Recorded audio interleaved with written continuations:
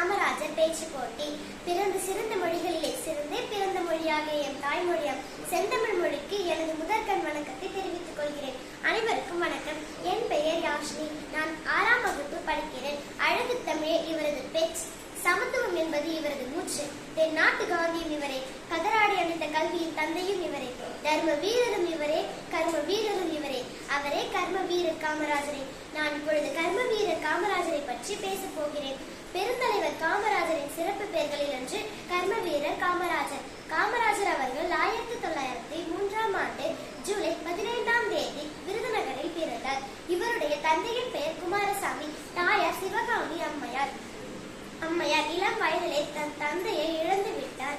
விடுதலை வீரர் சத்தியமூர்த்தியின் வாரிசாக விளங்கியுள்ளார். உப்பு சத்தியாகிரகம், ஒத்துழையாமை, அந்திய துணியரிப்பு சட்டம், மறுப்பு இயக்கம் முதலிய போராட்டங்களில் ஈடுபட்டு பலமுறை சிறையில் அடையப்பட்டார். 9 ஆண்டுகள் மக்களுக்காக அவர் சிறை சென்றுள்ளார். காந்திய வழியில் கடமையாற்றிய காமராஜரை 1954இல் முதலமைச்சராக அரியணை ஏற்றி மக்கள் அழகு பார்த்தனர்.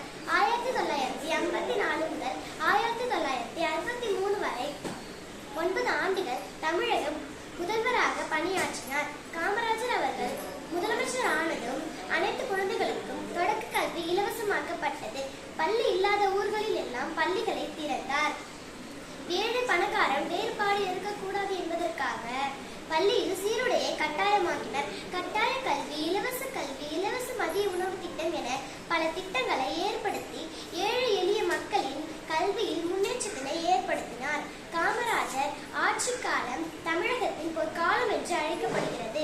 நீர்ப்பாசன திட்டங்கள், நீர்மின் திட்டம், அணைக்கட்டுகள், தொழில் வளர்ச்சி, கிராமப்புற வளர்ச்சி, காமராஜர் ஆட்சியின் அசத்தல் திட்டங்களால் வளமானது நாடு. மெய்வருத்தும் பாராது, கஞ்சாவது, அவமதிப்பையும் பொருட்படுத்தாததையும் அவர் மக்களுக்காக அயராது உழைத்தார். எனவேதான் அவர் கர்ம வீரர் ஆனார். கர்மமே கண்ணாக காமராஜர் உழைத்த காரணத்தால் தான் தமிழகத்தில் 20 கிராமங்களில் 75% மின்வசதி பெற்றன. காமராஜர் அவர்கள் 1975ஆம் ஆண்டு அக்டோபர் 2ஆம் தேதி தன்னுடைய 72வது வயதில் காலமானார்.